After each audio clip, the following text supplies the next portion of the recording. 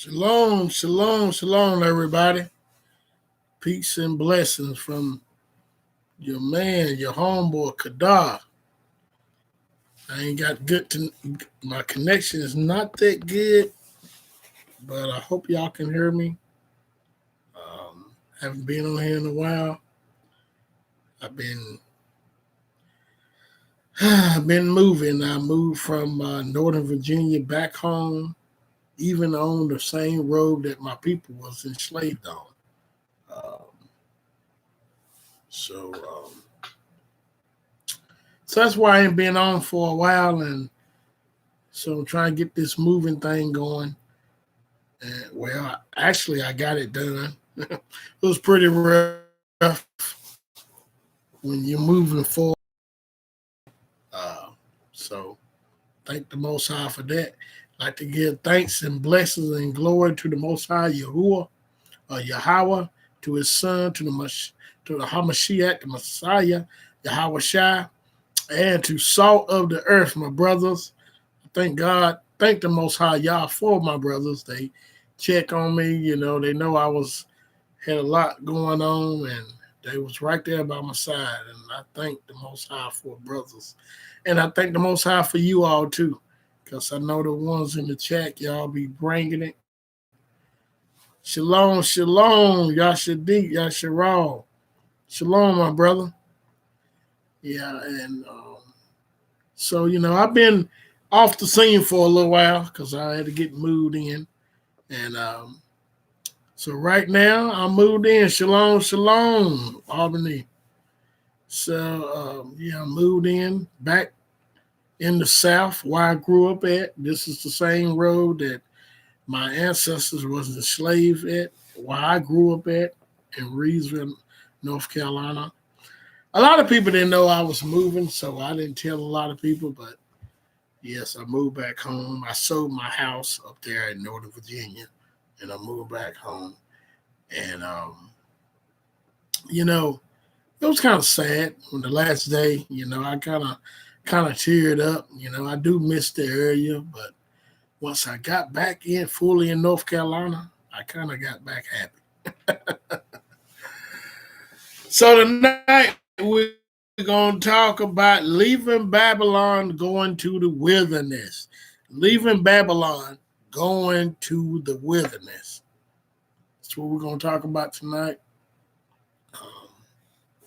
I'm going to see if I can get more light on here. I don't have a lot of light. There we go. So I have a little more light. I'm not going to be on long. It's going to be like a short hitter. Leaving Babylon and going to the wilderness, what we're going to talk about tonight. Shalom, KRT. So, we're going to talk about leaving Babylon and going to the wilderness. So, every time when I think about what's going on today, we see the signs and wonders. If it's sad. A part of leaving Babylon is leaving Christianity. It's leaving Islam. It's leaving all these religions. That's the part of leaving it. That's the first step of leaving Babylon. Verse 4, it tells you to come out of her. So that right there is what the religious system. Who the religious system come from? It comes from Rome. Y'all, if y'all can hear me clear, can you put a 1 up? Because I'll make sure y'all can hear me clear because my connection is not that good. So, I'll go get my Bible right quick.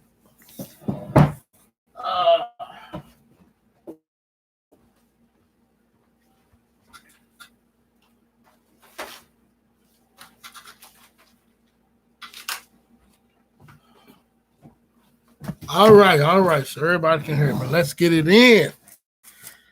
So, Babylon, and this right here was on my heart because, like I said, I sold my house and I left Northern Virginia, which is near D.C., Fredericksburg, Virginia. And we're going to go to Genesis 15. I know y'all know this scripture, Genesis chapter 15. We're going to go there first. We're going to get a point of what we're talking about, leaving Babylon. So we're gonna go there, and what's supposed to happen? Because like I said, when I left Northern Virginia, I kind of got teared up at the last minute. At first, I was all happy about it. When I realized, like, man, I've been up here for a while, and I sold my house now. I'm leaving, going back south. Kind of got sad, I kind of got sad. So, but I'm all right now. Genesis 15, verse 12 reads, "And when the sun was going down, a deep sleep fell upon Abram. And lo, a horror of a great darkness fell upon him. And he said unto Abram, Know of a surety, that thy seed shall be a stranger in the land that is not theirs, and shall serve them, and they shall afflict them 400 years. And also the nation whom they shall serve, I will judge, and after out with great substance." Now, when we read that, a lot of people put that with reparations, because what the nations owe us. That's why when it says in Revelation chapter 18, "Come out of her." So we know that's a religious system, because all the Israelites are not in America. We are scattered to the four corners of the earth. So the first step of coming out of Babylon is coming out of the religious system. And it says that we're going to leave there with great substance. I realized when I was leaving my house behind, I realized I sold it. I made a profit off of it.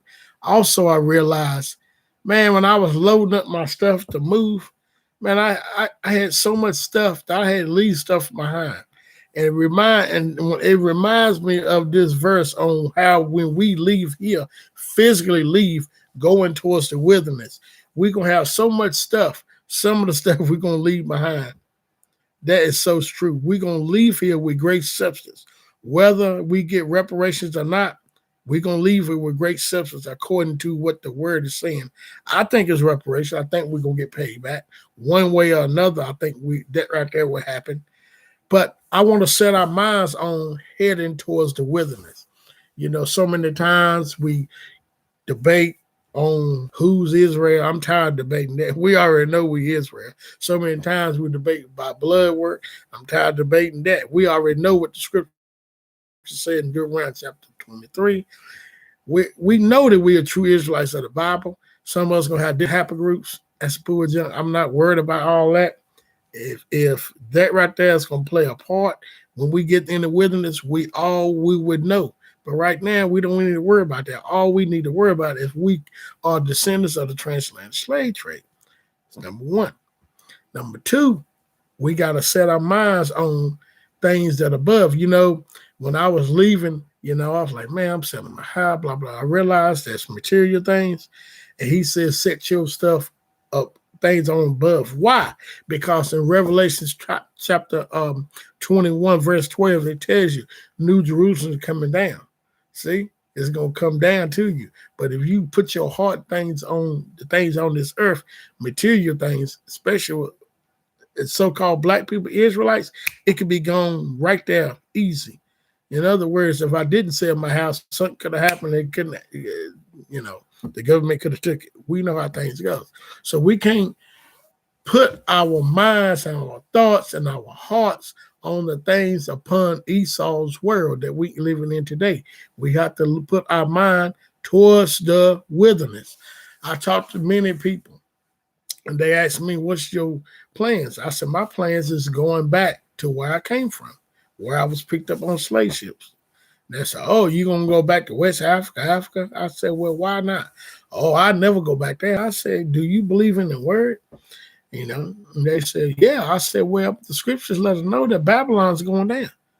Hey, do you believe it's part of Babylon? They'll say, yeah. I said, well, why would you go stay in an area that is going to go? No, and then they get the thing. Well, I don't know if that's going to happen in my lifetime. I say, yeah, and you don't know, and you're not sure it's going to happen in your lifetime, but that means that it won't happen in your lifetime. They said, yeah. I said, well, you should be preparing yourself. If you know the scriptures, actually, if you know who you are as a people. Now, let's go to Hosea chapter 2. Hosea chapter 2, which I know y'all probably haven't read this before. We're talking about leaving Babylon, going to the wilderness. We're talking about getting our land back. We're talking about getting our inheritance back. So it's going to be very short. So Hosea chapter 2, verse 13 reads, and I will visit upon her the days of Balaam, when she burned incense to them, and she decked herself with the earrings and her jewels, and she went after her lovers and forgot me, said the Lord. Listen what this say, verse 14. Therefore, behold, I will allure her and bring her into the wilderness and speak comfortably unto her, and I will give her a vineyard from thence and the valley of Anchor for a door of hope, and she shall sing there as in the days of her youth, as in the days when she came up out of the land of Egypt. So the Most High is alluring us to the wilderness. I want us Israelites to understand they're alluring. We see that the way our people are getting treated in America. We see the way our people are getting treated in this world. We see Africa is coming together and trying to become one nation. So we can see the alluring is already happening. But yet still our people, when you talk to them that's in Christianity, that's in Islam, and I'm going to tell you, why would you talk not going back to that place you in Islam when Mecca is the place that you call the Holy Land? I mean, anyway, that's a whole nother teaching. But Christianity don't even understand, and I'm not talking down about them, but they don't even understand the word as a whole. What I'm saying is that you can go up to anybody that's been in Christianity for 20, 30 years. I had somebody ask me yesterday, they said, you have a nice Thanksgiving. Well, I had somebody ask me today too. But yesterday they said, you have a nice Thanksgiving. I said, I don't celebrate. I don't give toasts to the pilgrims and all that, because what Thanksgiving is all about is about genocide. And they sort of got mad, told me I was a Jehovah's Witness. I said, no, I'm not. And they said, well, why do you celebrate Thanksgiving? So I took them to Jeremiah 10. And it actually tells not to celebrate Thanksgiving, Christmas, all of it. Don't take hold of the customs of the heathen. We're not supposed to do this stuff. And they sort of got mad. Said, well, what about the other sins? I said, why are you getting so upset? You asked me why I don't celebrate. I told them I don't celebrate. You should have left it at that. Then I went to the word on you. Then you get mad. You trying to justify it. So, anyway. But anyway, that's a whole Christianity. I used to be in Christianity's church. Oh, that's right. Yeah. Yashara. It is all spiritual for them. Yeah. In other words, yeah, you're right. People in the Christian church believe when you read scripture like in Hosea chapter 2, they'll say it's spiritual. That don't mean that we're going to go back into the wilderness. I had a dude tell me it's the wilderness of your heart. Oh my gosh. I said, what's the word? He was reading out the commentary. But anyway, when you talk to Christians, they have no idea about this. They'll say, oh, I don't want to go to Africa. Well, I want to go to Africa. Be like, what? Yes. And they believe the stuff that they see growing up when they show the people in Africa they're starving and in the wilderness and don't have no clothes on. That's what they think Africa is all about. And so what you all not knowing, very ignorant so-called black people, very ignorant. So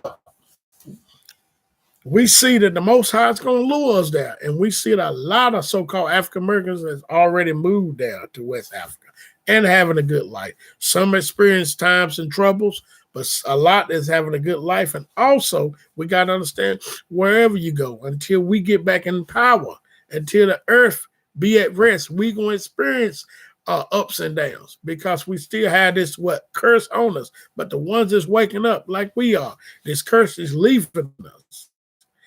And I thank and praise the Most High our mind needs to be set on the wilderness. We need to be looking for the signs. We need to be looking for the Most High. When we in Luke 21:24 said, when you see all these things coming, look up and you see the Son of Man coming in cloud, that your redemption draws near. So we need to be looking out. We need to have a mindset. We need to be in His Word. We need to know when it's time for us to hit that road and go towards the wilderness.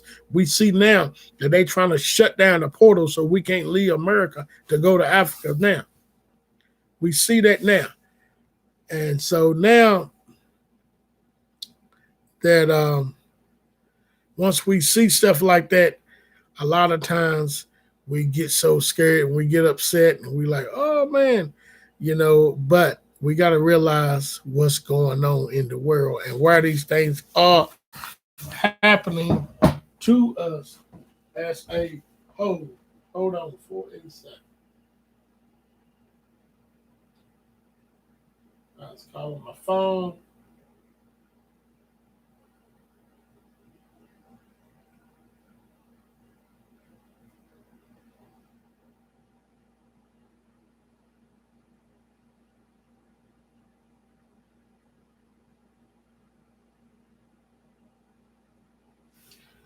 So let's go to the next and the final verse. Like I said, we're going to end at shalom, shalom, salt of the earth. Shalom, shalom. Shalom, shalom, Ellen, Israel. Israel. So let's go to the last verse. Like I said, it's very short. I want to, come back, let everybody know I'm doing okay, doing all right. I'm adjusting back to the country life where I come from, So let's go to Ezekiel chapter 20. Ezekiel chapter 20 and verse 4. And this is, I love this verse I love because it shows us who we are and what we can be. Ezekiel chapter 20 verse 34, reads, and I will bring you out from the people, and I will gather you out of the countries whether you are scattered, and will with a mighty hand and with a stretched out arm and with fury poured out, and I will bring you into the wilderness of the people, and there will I plead with you face to face, like as I pled with your fathers in the wilderness of the land of Egypt. So I will plead with you, said the Lord God. Verse 37, I will cause you to pass under the rod, and I will bring you into the bond of the covenant. So we got to realize that we got two scriptures, two of them. Hosea chapter 2, 13, 14, Ezekiel chapter 20, verses 34 through 38, 37, tells you that he's going to bring us back in the wilderness. And then we're going to pass into the bond of the covenant. That means we're going in the new covenant. Everything is new then. People run around saying we're in the new covenant, but Israel still suffering. It's not in that land. Anyway, people, please get your mind ready to go into the wilderness and be prepared to get our land back. Martin Luther King said this before he was killed, that we're going to Washington and we're going to get that check, that reparations that they owe us. And lo and behold, we know what happened to him. He was shot dead. Well, he was shot. And according to other sources, he didn't die then, but they smothered him when he was laying on his bed in the hospital. So Martin Luther King realized a lot of stuff that he was trying to bring together as a people, he realized it is supposed to be. And that's probably why they took him out, but I don't know. But I'm here to tell you, Israel, we need to focus on getting our mind towards the wilderness. Don't focus on this Esau's word. Of course, we got to work and stuff like that, but we need to focus on and look for the signs and be prepared to be ready to go. Because I know I am. Matter of fact, I have somebody reaching out to me about, and Monday's supposed to talk to me about trying to purchase land in Ghana. So, people, we need to be prepared because I really think that the time of us is drawing near. That doesn't mean the Hamashiach is coming right back, but it means the time of us is going to the wilderness. According to Isaiah 66, we got to be right when we be in the wilderness. We can't be hiding behind trees eating pork and eating squirrels and stuff. That's what we do. We're going to be consumed. But anyway, this is just a quick hitter. One of Banyard's quick hitter. That's my boy. Shalom, shalom. Shalom to Salt of the Earth. Brother Banyard, Brother Eric, and Brother Cleo. And also the new members, Brother Hal Goodwin and that brother, I can't think his name, but he came, I think it's Benaya. But I don't want to say his name, but he was talking. He came on. Shalom to him too. And shalom to the chat, because we know y'all be bringing. Anyway, this is a quick hitter from Kadar. And shalom from Kadar, from Salt of the Earth. And shalom to you all in the chat from the Most High, Yahweh, and to the Messiah from him, Yahweh Shai. Remember, our time is near. Something that we need to cheer about. Something that we need to shout about. Something that we need to cry about. Our redemption draws near. Shalom.